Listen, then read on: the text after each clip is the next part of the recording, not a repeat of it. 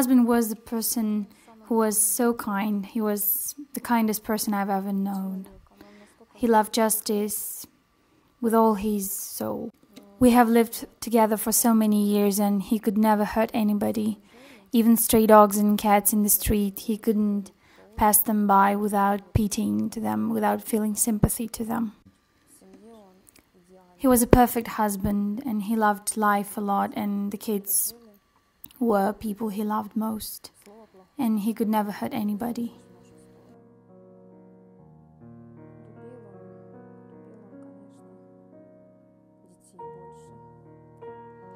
He loved his job. He was a driver. He used to drive tracks for long distances. He drove all over Ukraine, and when he came back home, he used to play with our kids. The way they played, they didn't play, they actually played full. The home was upside down after their games. I was even nervous about this way of playing with the kids, and I told him that you are giving them too much. That is too much. But he could never refuse anybody. Even there was an accident on the bridge near our house. There was a car burning, and he stormed down the house and went to rescue the guy and help him to save the car. He was calling firefighters. He was so much in a hurry to do that, to help the guy in trouble. He was a self-employed person. He worked for himself and was driving all over Ukraine. So he could never refuse anybody, and he's still appreciated for that. And then after Crimea, Donetsk and Lugansk, they also joined the list, and he could never go there again. His car is also mortgaged.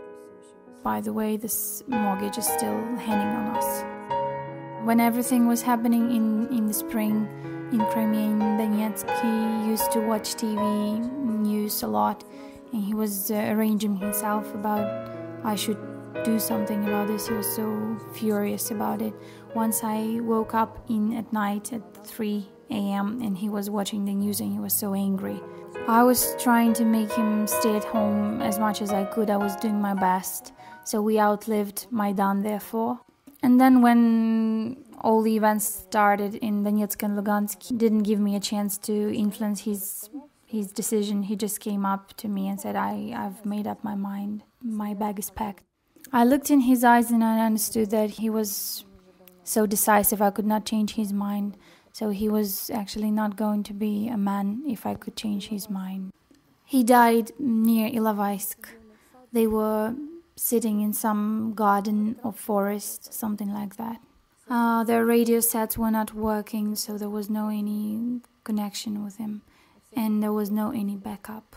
And everyone who was there, they were just destroyed. I was told that with a couple soldiers he went to do scouting and in a car, and they were all just torn apart. Kids loved him a lot.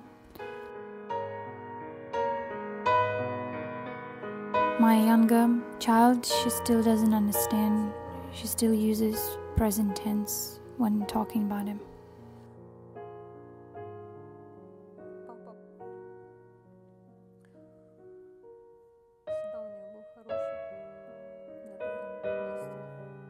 When we were burying him, she was looking at me weirdly, like she didn't understand what was going on.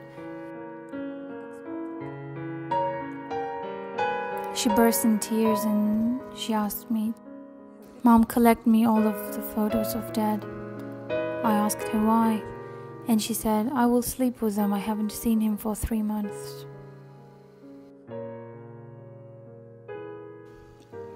Everyone says something like, "Do you understand what your husband died for?" I have heard a lot since he died. And on the internet there are different people. Some are good and some are bad, some are kind and some are evil. I always answer them that he died for his ideals. If everyone keeps sitting in front of the TV and saying, "What did they die for?" nothing is going to change. And people like my husband, who collected themselves and went to fight for their country, for their motherland, for Ukraine. They are real heroes. He was a real man, and he told me that when we are going to finish everything in Donetsk and Lugansk, we are going to go to Kiev and arrange the second Maidan, because so far we haven't reached any of our goals. There is still no order. Everybody who was in government, they just changed places, just changed the names, and they are still there.